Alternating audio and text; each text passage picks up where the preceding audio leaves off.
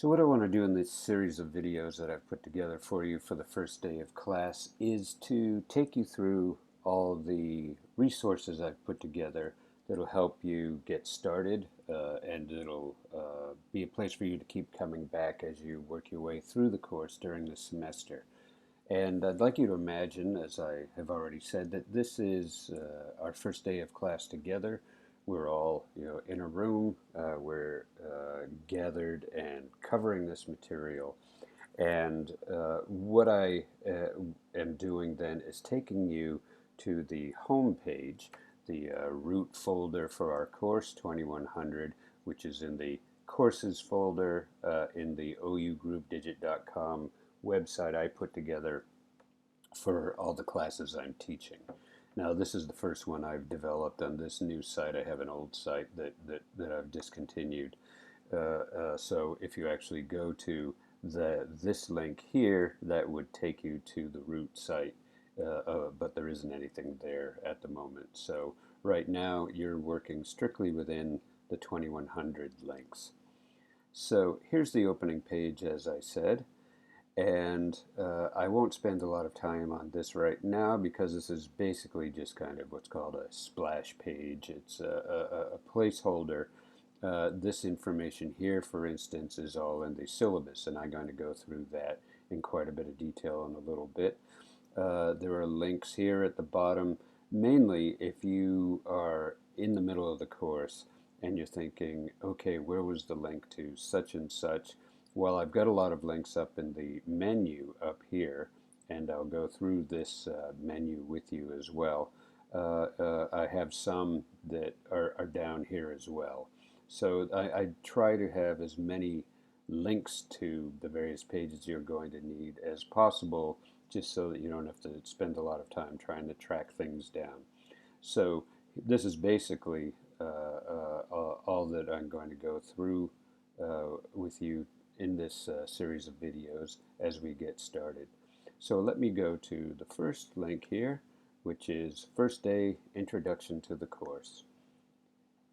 And through a lot of these, since I've already written up some information for you, I'll be reading from them. But right now, I was mentioning just a minute ago the menu at the top of the pages, and I just want to take you through what's here and what isn't here. This again just takes you back to the original link, which is still over here. Some of these will open up into new windows or tabs. Others will just replace what's in the tab already. 2100 Works, that's a list of all the novels, movies, books that we're working with. There won't be a lot of reason to go to this page because I give you links again in many different ways to whatever book or movie we're working with in many different places. But if you want to just keep going back to find them, here they are. The same with the authors. And these are the ones that you might more often want to be coming to. The syllabus, I'll be going over that in a moment. The course calendar, a quick view, so I have a quick little snapshot of which works we're dealing with in which week, and then a detailed assignment calendar. What are you doing on a particular day that has to be turned in. Resources. The first two you can see have to do with getting your blog all set up. Why are we doing the blogs? What do I have in mind for that? And then how do you actually create the blog? And I've got a whole video for a series of videos actually for this, which I'll talk about more later on. The list of books and movies that we're using, I'll take you through that as well. And right here, this is the page we're on right now, Introduction to English 2100. I just put a link here for you to be able to have a way to get back to here, especially in the first couple weeks, if you want to remind yourself, okay, where are those various resources that I'm going to need to turn to when I keep going on. This is to my general course link, but there isn't anything here yet because this is the first course I've developed for the site. So let's go through here. Welcome, students, to our spring 2019 online class, Critical Approaches to Popular Literature and Film. On this page, I will provide you with the most important information you need to know in order to get started on the activities for our class together. Here, I will point out some links to videos and other sites that I've made and put together for the most part that will serve as our first day of class for the semester. Important, and that's why this is all in bold, it will take you a couple hours or more to see each of these pages and videos, so get started right away. And that's true for all of our assignments. You don't want to put anything off until the very last minute because often it's going to be a lot more complicated than you might imagine at first. So for today, just imagine that we are all together on this first Monday of the semester going through this material together, because in reality we are.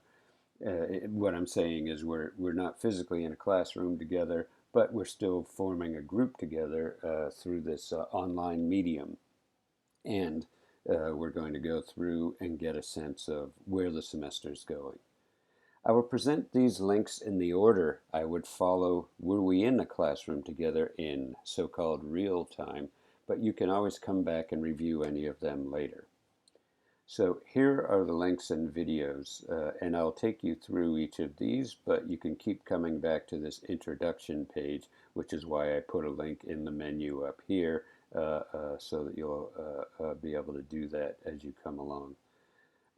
Let's begin with the syllabus. The introductory video is this. That's what we're looking at now, but once we're done with this video and I make it a link, you'll be able to come back and find the link to go over that again.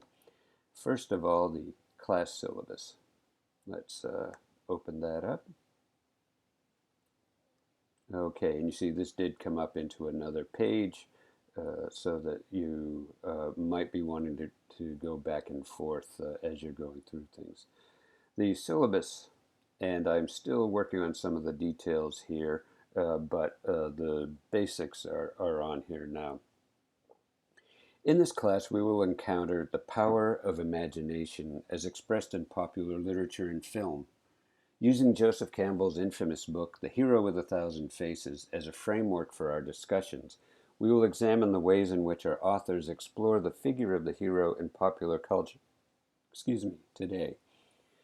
Our major thematic questions will include: in what ways do popular narrative structures, those story patterns animating film, graphic novels, and science fiction, participate in particular ways in universal archetypal stories about who we are and where we're going?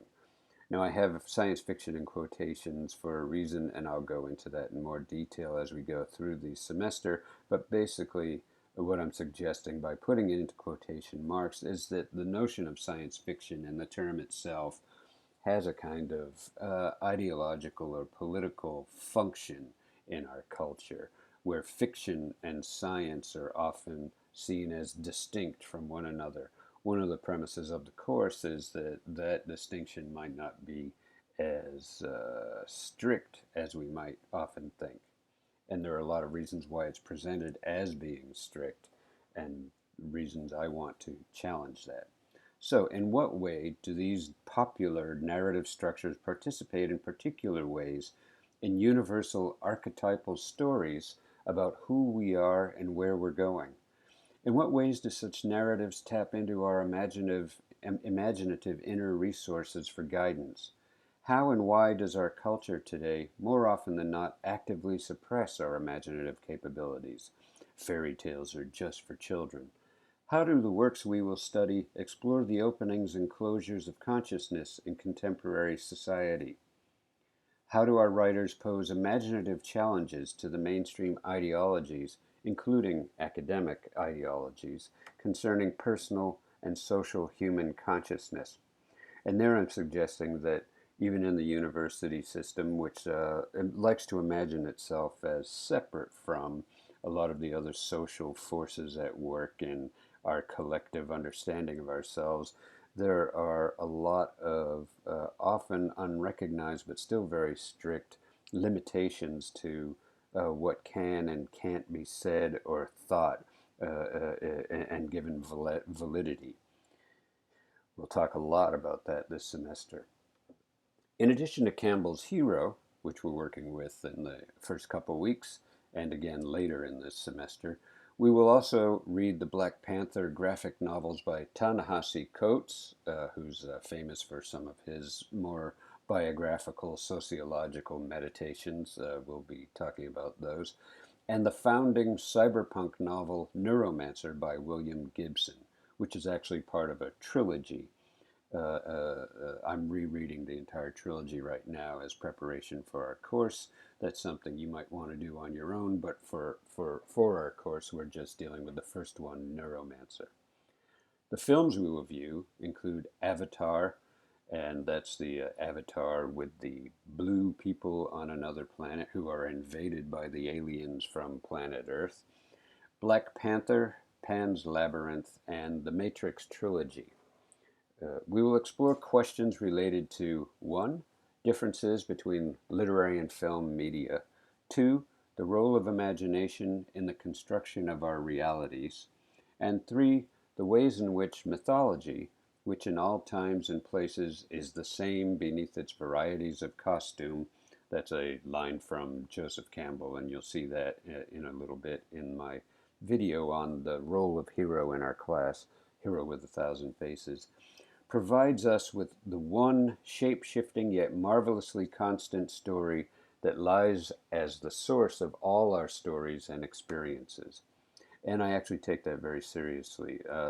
One of the premises of the course is that what's called popular culture, whether that's in music and literature, in film, poetry, and so on, often has just as deep and sometimes even deeper sources of truth and understanding and wisdom embodied in them, as do the so-called high culture works that we're often spending time with. I'm not in any way criticizing so-called high culture. What I'm trying to challenge is the idea that one is inherently more important than another. We will find there's a lot in what we call popular culture, the culture of the people, rather than those whose job is to take things more seriously, such as academics, is just as important if approached from the right perspective or right perspectives than is the so-called high culture we often study in academia. Assignments will include frequent entries in your reading response blog, and I'll take you through that in quite a bit of detail in other videos. Participation in online discussion groups, including our own Facebook group, and I'll just point that out right here. I have it open in this other window. This is what you would come to when you first come to the Facebook page, and you can ask to join, and I will then admit you as a member into the class. Remember, this is actually a closed group. This is for our class. So unfortunately for our purposes, this isn't a place for your friends, your siblings, your parents, whoever else you might want to show. You can obviously show them these, and you can repost things in your own Facebook pages. But the conversations here, I want to respect the idea that we're working together with a certain kind of trust that what we say is basically staying here as part of our conversation. That way we might feel a little more confident in saying things that we might otherwise feel we'd need to restrict more. So there's the Facebook page. Now if we get back to the syllabus. The Facebook group, 2 vocabulary quizzes covering the critical terminology we will use in discussing popular literature and film. And you'll see when I go through the schedule that I don't have those set up in terms of when we'll do those, but basically there'll be one toward the end of the first half of the semester and one in the second half. And the course is in a lot of ways divided into 2 halves in that way. 2 major essays, again, sort of a midterm and a final paper, building on various written assignments throughout the course. Now, those written assignments are mostly going to be your blog entries. To a certain extent, you might be using Facebook to develop a lot of your ideas, and you can draw from that there. But the blog is going to be preparation for what you are ultimately going to be writing in the course. That doesn't mean you'll just repeat what's in the blog, in your blog, because what you say in the first couple of weeks might not be what you want to say, as we've worked through the material. But in any case, it's a kind of pre-writing exercise and gives you a chance to work through your ideas before you're actually writing the papers. And importantly, which is one reason I'm using the blog, which is a kind of hypermedium, is we're doing a multimedia project, which will be in the last week of class, your presentation online, and you will present it through your blog, at least with some links to the material, but this can be graphics of any kind, photography, drawings, paintings, and so on that you create or gather together, audio, video, web-based material, and so on. So we'll talk more about that. This works really well not only as an activity, but also ties in with the theme of much of what we're working with, as you'll see. So, famous image from the movie Pan's Labyrinth here. Course objectives. After successfully completing this course, students will be able to do the following. Excuse me. While we're talking about articulating, let me become a little more articulate. Articulate ways that artistic works construct values and ethical meanings. Articulate ways that artistic works participate in the production and critique of social paradigms. Practice analytical reading on multiple examples of each genre chosen to illuminate different narrative choices and conventions, including genres that are culturally and historically diverse. Identify major features of popular literary and filmic form and construct arguments about the relationship between form and the work's meaning. Read and interpret texts from multiple genres of writing and write about them using appropriate evidence. Collect, sift, analyze, and interpret a diverse variety of primary and secondary sources. Communicate and present ideas and sources accurately and effectively. Write about texts using different critical approaches, such as historically informed readings, readings based on theoretical perspectives, form-based criticism, rhetorical analysis, and so on. Student outcomes. In order to demonstrate your understanding of the topics presented in the class, you will do the following assignments. You'll be writing in your reading response blog, which is evaluated by whether you do it or not, basically, and if you seem to be doing it seriously. Participate in course design social media. Now, this isn't specifically a graded element, but this is, again, another way for you to interact as a class, or at least as groups, and to develop your ideas here. Take quizzes covering the standard literary and film terminology, evaluated according to thoroughness and accuracy. Produce definitional statements, some of which will happen in the quizzes, explaining details of lessons on topics and genres, etc., evaluated according to thoroughness and accuracy, and some of that will happen in your essays and perhaps even your multimedia project. Write essays to develop coherent analyses of our primary works in relation to each other and to our secondary works, evaluated according to standard college writing rubrics. And create multimedia projects, choosing among video, audio, graphic, and web page formats, evaluated in terms of accuracy, thoroughness, and aesthetic quality, meaning signs of care and presentation style. I'm not looking for any particular aesthetic, but just that you do have some sense of caring how things look and how things are presented. Papers and other graded factors. You'll be writing 2 8 to 10 page essays. That'll be 40% of your grade altogether, 20% each. So that obviously the writing component is going to be serious. Multimedia project at the end, another 20%. Your reading notes blog, there'll be 10 or more entries for that, and you'll see in a lot of the schedule as we go along, and I see our conversation developing, I might come up with other kinds of activities and so on. So that's why I just say 10 or more, 20% of the grade. And then your online discussion groups and other class interaction. We'll be doing some video chats together and other ways of interacting with each other. And so that kind of group participation, that also includes your commentary on your group mates' blogs. And I'll talk more about that when I talk about the blogs. Okay, expectations. Self-direction, and this is especially important because this is an online course. Many people have the misconception that online courses are easier than face-to-face ones. This is often a fatal error. Unlike classes where we meet in person at set times, when professors can remind you in person of your obligations, online classes demand that you keep yourself on task and up to date.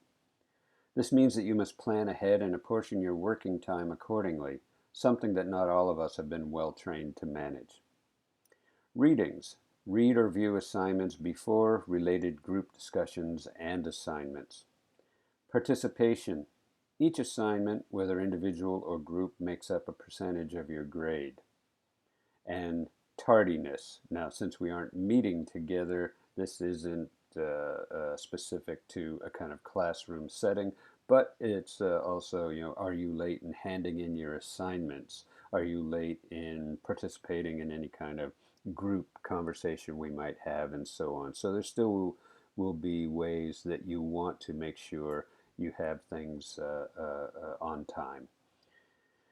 Calendars, and I'll take you through those in a separate video so that this one isn't too long.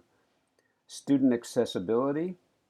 Any student who feels they may need an accommodation based on the impact of a disability should contact me privately to discuss your specific needs and provide written documentation from Student Accessibility Services.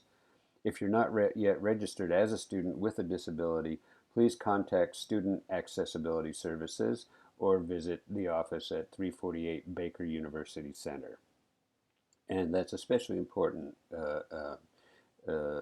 so please let me know, but also you do need to be registered for those particular services to take effect.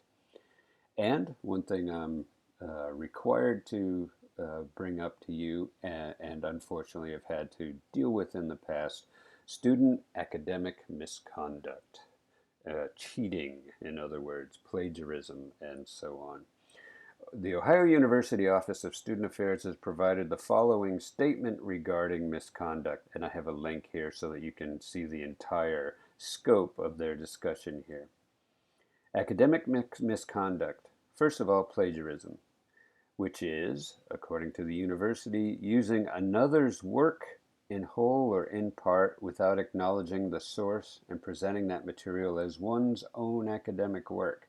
This includes, but is not limited to, 1. Reproducing another person's work, whether published or unpublished. This also includes using materials from companies that sell research papers. 2. Using another's ideas or written words without properly acknowledging the source. And that, of course, includes sources such as Wikipedia, any kind of online sources that you might find.